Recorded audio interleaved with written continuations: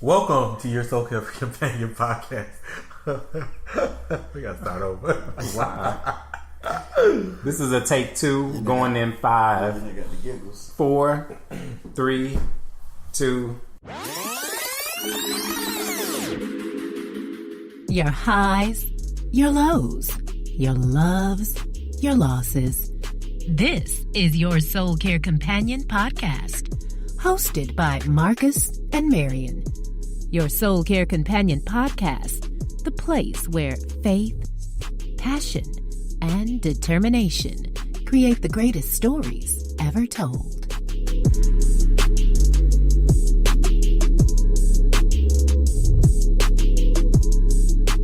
Welcome to Your Soul Care Companion podcast. Why are you speaking so fast? Yeah, because you just threw it on me like, I didn't know I was talking, but I mean, I don't mind talking, so let's go for it. No, go for it. Welcome to Your Soul Care Companion podcast.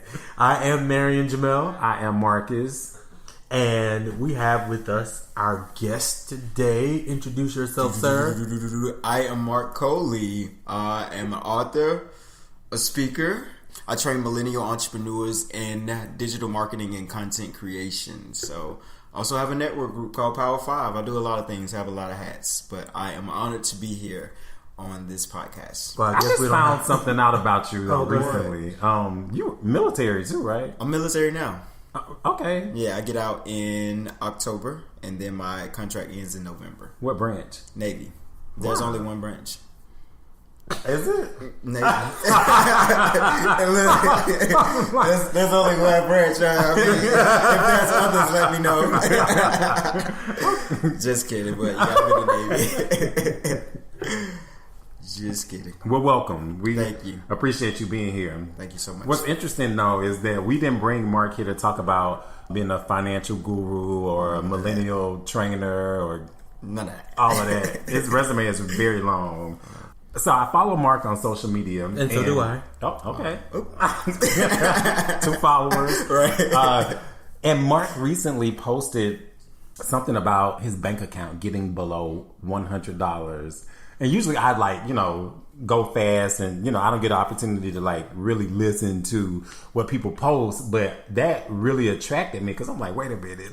This man is not talking about his account getting below $100. How old are you? I am 30 now. Oh, okay. So a 30-year-old, come on, y'all. Let's be honest with ourselves. We don't talk about our bank accounts getting below $100. So what inspired you to do that?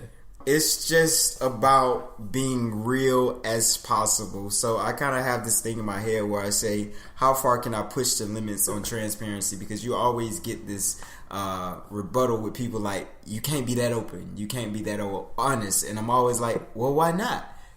Because I feel as if when you are free, you set other people free. So I know I'm not the only one, especially when it comes to entrepreneurship, that deals with do I pay for this advertisement or this software, or do I pay for my bills, or do I have money to eat, have money to go out? So yes, my account has hit below $100 several times. That's just being one of them that I said, you know what? I can't just always get on here just motivating people with this blah, blah, blah, this little puffy, fluffy stuff. What's real? And that's real. People deal with that issue. And I don't want to ever, I always say, appear that I got it all figured out. Because that's not reality. And I want to be as real as possible. So that's what inspired me to talk about that $100 account. And I might need to check now. It might be $100 today. Baby, listen. Might be $100 now. You make a good point, though, because a lot of times, especially in this day and time, everybody's building something. Everybody's an entrepreneur. Yeah. Everybody's working on some goal and funding that goal. So a lot of times we are faced with, should I pay this electric bill on time? Yeah, on time. You got to pay it. Or pay to have this graphic made for this event. Right. So I appreciate you bringing that up. And it really erases that stigma that your bank account has to be a certain dollar amount in order for you to be relevant or significant. Yeah. What's her name? Kate from This Is Us. I can't remember her name. But I remember her talking about... The kids, Kate, This Is Us?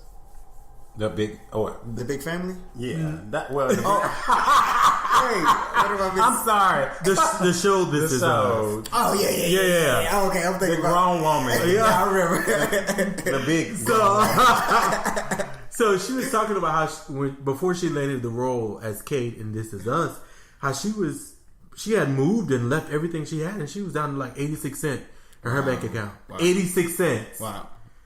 I was rich compared to her. Yeah, like 86 cents. So I mean, I don't care how much money you have today. When you decide to live out purpose, and not just work a job, or not just exist. Mm-hmm. When you decide to live out purpose, you will face those moments. Yeah. And they will challenge you. Yeah. It's that transitional phase as well, because it's like I know where I'm destined to go, but this is where I'm currently at on the map. So I got to maneuver through the journey in order to get to the destination. And that maneuvering is going to involve a lot of hardship to get there. And everybody calls it the process, we know. But even that, we've gotten accustomed to making the process seem like, oh, it's just the process. It's the process. Yeah. The process may be a negative bank account. A process may be going to people and saying, hey, I need help this month. I'm behind on bills. The process may be whatever, but the faith is that I know that through this process, I'm getting to the end destination. And that process is proving whether or not you're capable of handling the destination, because there are several people that got to the process and say, you know what, I'm going to go back to what was normal because this right here is too tough. So the process has a way of kind of like weeding out who's capable of handling that next level. You know what I'm saying? That's good. My God. You said the process will weed out. It does. It does, because everybody's not built for this. It's and everybody doesn't want it bad enough. Yeah. And you got to know that. Yeah. Because you got some lonely moments during the process. And really you're lonely because everybody else couldn't handle it. Yeah. And everybody don't understand it either, of why you're refusing to go back to what's comfortable when you can, instead of keeping going forward. Like everybody's looking at you like, just go back to your job. Just do this. Just do that. And you're just like, if I do that, I negate purpose. Yeah. So which one is more valuable? Going back to what's comfortable or following purpose? You know? We call it the in-between time. Yes, in-between space. In-between time. Yeah, I mean, it's hard. It's hard. But I've come to a point in life where I'm fighting like hell every day. It's a fight. When I get up in the morning and touch the floor, it's like, all right, let's go. You know what I'm saying? Like money, I'm willing to invest everything that I have into myself and into the vision that God has placed inside of me. And then sometimes, I'll be honest, I've hit the red before. I'm like, I cannot be this old in the negative. but why not? Because when we read those books about people and their success, you'll see a common thread. I remember in probably 2015, I was reading a book about, I think it's Marc Jacob, the famous designer. And he told the story in the beginning of the book that he maxed out several of his credit cards, but then he asked several of his friends, can he get their credit cards, and he maxed all of those out as well. So it's not only did he believe in himself, but he convinced his friends that this vision that I have is worth you risking your credit. So I'm not sure how old he was at that point in time, but it's like you got to do it. So when I think about things, and I made a harsh transition. I was all about saving money, build this, build that. But now I'm in a space of, for one, that conversation got really old because it's only so many ways you can tell people to save money. And I found myself locked into a box with that one conversation, and I was like, I got to get out of this. But now I'm in a space of, okay, instead of saving money, let's create a business where, now I have more money. But it's that part of your mind where you just have to say, it's either this or that. And once I convince myself that it's either this or that, I don't care what this costs. I have to take it. So that may come with a few losses. Like I've already convinced myself that once I get out of military and that check stops, like I may be faced with some penalties of not having an income. But it's either this or that. I am willing to take a loss, and I'm okay with taking a loss. So I am convinced that this destination that I'm striving for, with no proof that I'll ever get there, is worth everything in that in-between time. You must have read The Alchemist. No, I haven't, but I've heard several people talk about that book. Yeah. Yeah, honestly, if you're listening, I really want you to pull a mirror up right now. Look in the mirror, look at yourself and say, I am willing to take a loss. I am willing to take a loss. That's it. We do it every day. People gamble. You take a loss. It's just my loss is bigger. Like people put up their houses, they mortgage with families inside of them because they believe in a dream. So you got to get to the point where you're sold on this thing. Like if you're not sold on it, I can never convince a community of people to believe in it. I have to believe in it to the point that I'm willing to risk sleeping on the floor, having my checking account negative. I got my credit score drop down to 0. I got to be willing to risk it all. Let me tell y'all something real interesting. So I've told y'all in earlier podcast episodes that I drive for Lyft. When I quit my job, that was my plan to like make extra money and to essentially fund this community is to drive for Lyft. So it was cool, for several months driving. I didn't know anybody. They didn't know me, because I wasn't comfortable yet with exposing my new job. So I got an alert that I was picking up somebody that I knew. Oh my goodness. I was like, oh my God, you got to be kidding me. But you know what? I told myself I'm going to do it because just like you said, I believe in myself. I believe in my vision. I believe in my in-between time so much that I want you to see me drive and live. Yeah, that's that grind. Whatever it takes. Yeah, yeah. And everybody's not willing to, because it's going to take a lot of letting go that pride and that ego. And I think that's what separates successful people from unsuccessful people. Yeah. Successful people have no ego. Like those are the people that say, I'm going to knock on every door.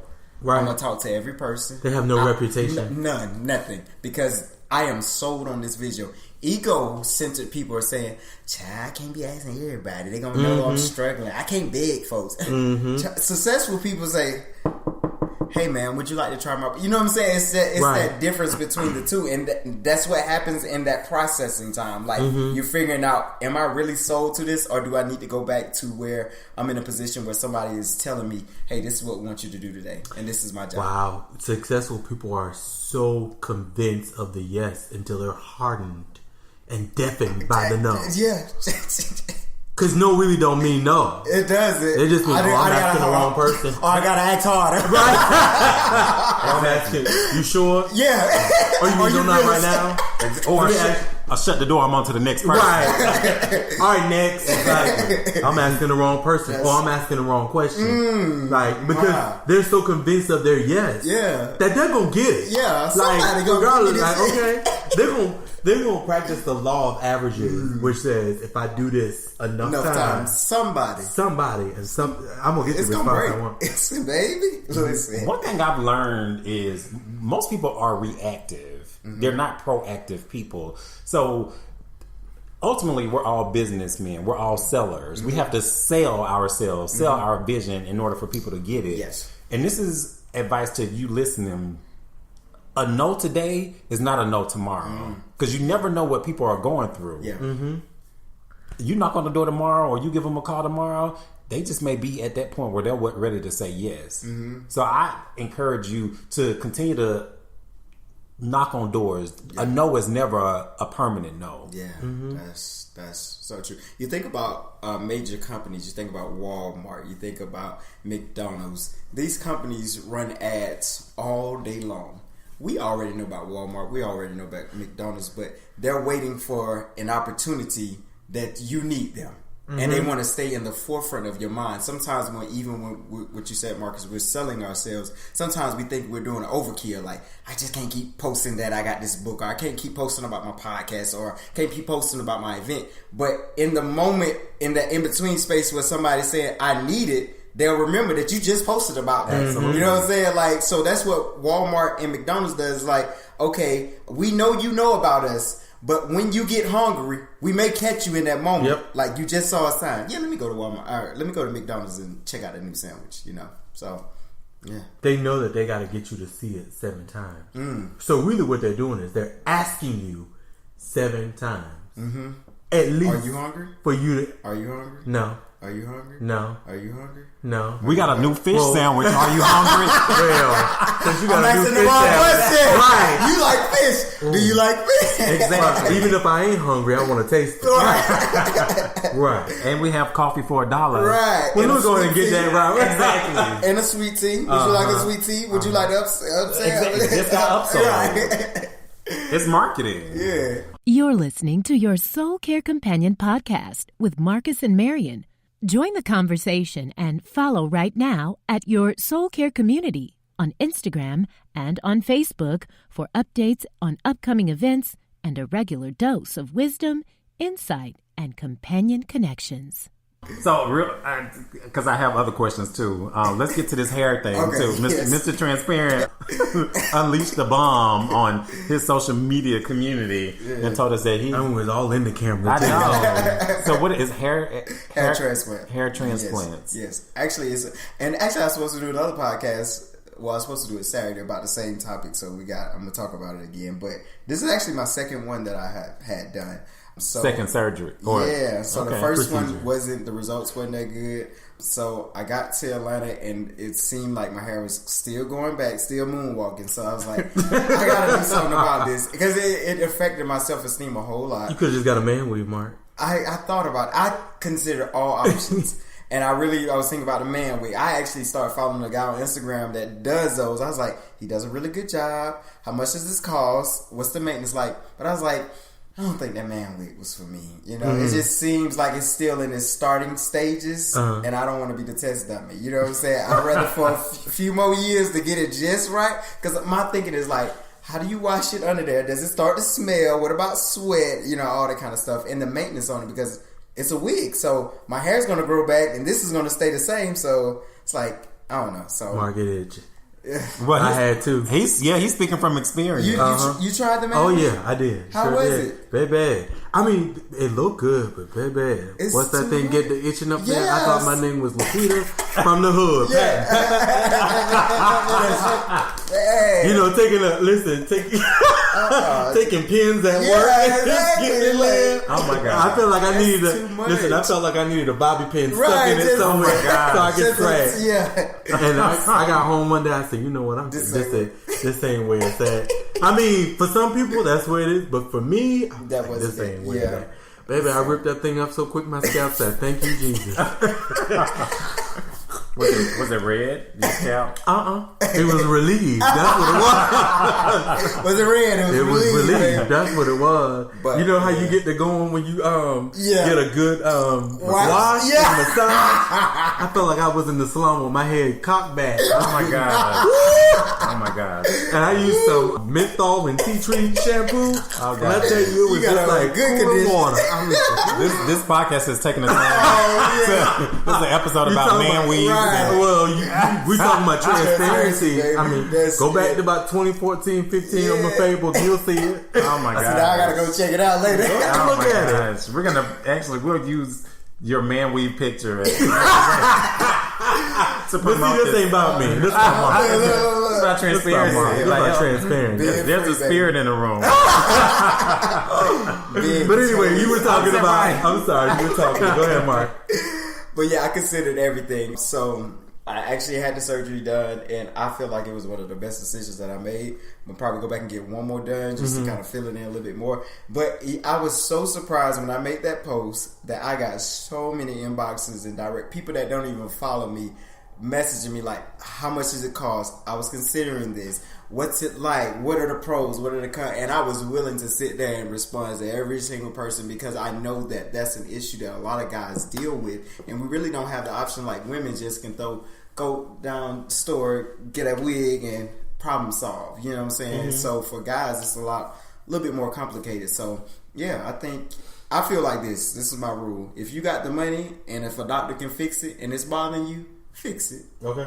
Fix it. Like, point blank period. God anointed them to be able to fix a problem. Let them fix a problem. And you can get some care credit to pay for it. So, yes. It is not out of your reach. As long as you got a little decent credit score, you can get some care How much credit. is the procedure? Well, that's the only thing that I had. It varies for different people because it depends on how much hair needs to be transparent. So it's cost per transplant, or they call it a graft. So they take the hair out of the back of your head. So if you, let's say all of this was gone, like yours would be more expensive than mine because it was just my temples that were receding. So yeah, it could be maybe $5,000 to $10,000, depends on how much work you need. But I feel like it's worth it. If you regain your confidence, it pays for itself. Okay. It pays for itself. And look at how many people you were able to help. Yeah. And who knows what may come from this? A promotion. Like I hit up. It's called HRS Atlanta. I was like, hey, bro, I went to y'all Instagram page and y'all ain't got nothing going. I need to probably reach back out to them again. I was like, hey, I could be a little model. Right, because typically we think of that as a Caucasian thing. We don't think of that as something for us. Yeah. Marion, are you willing to do it? Oh no, I'm confident. My bald head. You got it out here. My mama told me it was sexy on me, so if mama said it, then I'm good. One person. Listen, one person. So I really want us to look at transparency just for a couple minutes and share. Sit in your transparent seat right now and share a detail that a lot of people don't know about you. Because I think what Marc has done is started a movement. Oh, wow. You know, we need to become comfortable being transparent. Yeah. You know what I mean? You're right. Yeah. I just went. I told my whole man's weed story. That was the easy way. The door was open for him. Look, you see what they do to us? Yeah. Go give a little bit and leave. I'm sick of this. You throwing the ball to me, baby. Catch it yourself. Go ahead, Marcus. Me first? Yeah. Marcus Key. Are you serious? Johnson. Okay, so I suffer from ingrown hairs. And honestly, I just went last week because I had laser hair removal done, I guess about 4 or 5 years ago. And most of you if you know about it, you know that it doesn't last forever. It typically lasts about a year and a half. So I just went for a consultation last week. I'm very familiar with Care Credit. Come on. Listen, let me tell you something. Hello? Because ultimately, and I'm going to tell y'all this, when you're building business for yourself, you also need to be building yourself, not just inside, but also outside. You need to be looking your best. But I asked this question. I said, can I pay as I go? Because I need 6 sessions. Yeah. You know? Yeah. So listen, that's me. Baby, listen. Who wants to go next? Care Credit gonna see me again for it's over with, baby. Hey, how much I can get this time? Listen, and I had the ingrown hair as well thing, and I was having somebody do the laser hair, so I understand that completely. Let me see something else. I feel like I done spilled out my whole life on social media, and I will say that sometimes it has rubbed a few people the wrong way, and that's a bullet you have to take, especially when it comes to like family and friends or people that are close to you, and you start revealing certain things. Sometimes it offends people, but I often talk about my mother. I did a video about her actually. And I don't talk about it a lot, but she deals with a mental illness, so that actually bothers me a whole lot. So I could be having a perfectly okay day, and my mom will call me, ask me for money. And it's not the fact that she's asking for money, it's the fact that I know where the money's going. And it's if I don't answer that phone when she calls, she's going to call 5 minutes later, 5 minutes later, 5 minutes later, 5 minutes later.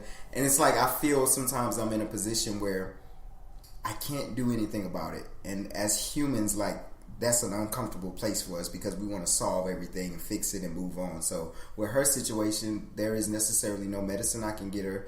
I'm not at the place financially where I can put her into a home to take care of her. So it bothers me sometimes. So those are one of the things I have to just place into God's hands. Like, yo, bruh, you got to take care of her. Because I can't.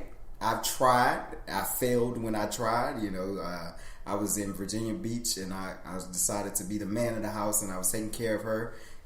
I remember when I would leave to go to work, she would leave to do her work, and she would knock on several people's doors asking for money. And I lived in like an upscale apartment at that time, so you know people ain't playing that. Like, who is this woman? So they called the leasing office. Leasing office called me. She said, I understand, because I explained my mom has a mental illness. I'm trying. It's just me. She's like, I understand. She's like, my father actually has a mental illness too. She's like, but I still have to do my job. And she said, either your mom has to go or you both have to go. So I was left with a dilemma of putting my mom out. And it was such a difficult time, you know. Yeah, it still bothers me. It's not like one of those issues where I'm like, I showed you guys that I had a hair transplant and now it's out there. This is one of those issues that kind of like knocks on your door constantly. You know what I'm saying? Sometimes we face those issues where it doesn't just go away just because you vent about it. She may call me tomorrow. You're probably gonna call me tomorrow. She called me right before I pulled up. So yeah, that's my woosah. Thank you for sharing. Marion. Hey, Jamel. My woosah is very similar, Mark, Really? actually. I never really told people the real reason why I left South Carolina. Part of it is because I just grown up in church all my life, and that's just, I wanted a different narrative. I wanted something different. But the ultimate reason why I decided to go was because my mom was living with me at the time too, and I felt like there was no other way to not have my mom live with me except to move. Because if I moved out of where I was living, she would eventually end up right back with me. Because at the time, my mom was very dependent. At that time in her life, she had never, not ever depended on a man for something. Never, not never. And I have become that man. And so when I first moved here, this is about to be real transparent. And when I first moved here, I had family members who were like, so are you going to set up something for your mom? I said, no. I said, well, you can't do your mama like that. I said, she is able-bodied and of sound mind. She'll figure it out. It was hard. Yeah, that's hard. Because the expectation from everybody is that you're the oldest. Yeah. You got to take care of your mama.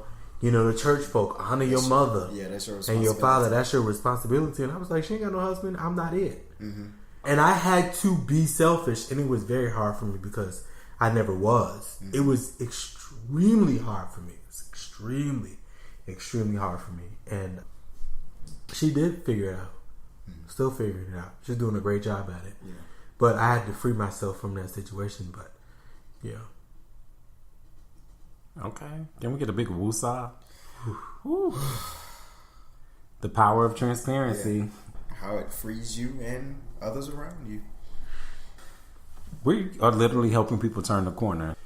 Because the only way that you are able to turn the corner is by facing what is in front of you. That's right. Addressing it. That's right. And if you can't be honest with you, you can't be honest with nobody else. Self-deception is the worst type of deception. Let me ask y'all a question. How do y'all feel after sharing that unexpectedly? There's a relief. There is a feeling of empowering someone else with my experiences. And I think that's really what it boils down to. Like, once I'll give this analogy and I'll be quiet. It's like the kid in the classroom that everybody has a question. The teacher asks, anybody got a question? Nobody raises their hand. That one kid raises their hand. And then all of a sudden, everybody else raises their hand. They already had the question, but they was too afraid to be honest that I don't know. Until that one person, brave, stood up and say, you know what? I don't know how to do this 1 + 3, this 3. And now everybody is freed because of one person. So when we open up and reveal that vulnerable spot in our lives, it's not just a time just to say, oh, look at me and woe is me. Now I've liberated everybody behind me and say, you can open up, you also can be free, and you also can move on from this. So that's the power of it.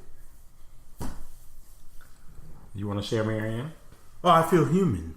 Yeah, I like that. I feel human because most of my life I've been taught to be superhuman. Be strong. Show the best side of you. Don't tell everybody that. That ain't their business. That's your family. Or don't put your mama out there like that. Yeah, that's my narrative too. And I have every right to tell my narrative from my perspective. Yeah. So I feel human. Hey, man. Baby, it's all hearts and minds clear. That's right. That's all the time we got. I hope that you are super blessed by this conversation. Thank you, Mark, so much for being here. Thank you. Thank you so much for having me. And we'll see you soon. Peace. Thank you for listening to your Soul Care Companion podcast with your Soul Care Companions, Marcus and Marion. Stay connected with the Soul Care Community at YourSoulCareCommunity on Instagram and Facebook. And be sure to subscribe to this podcast for all new episodes.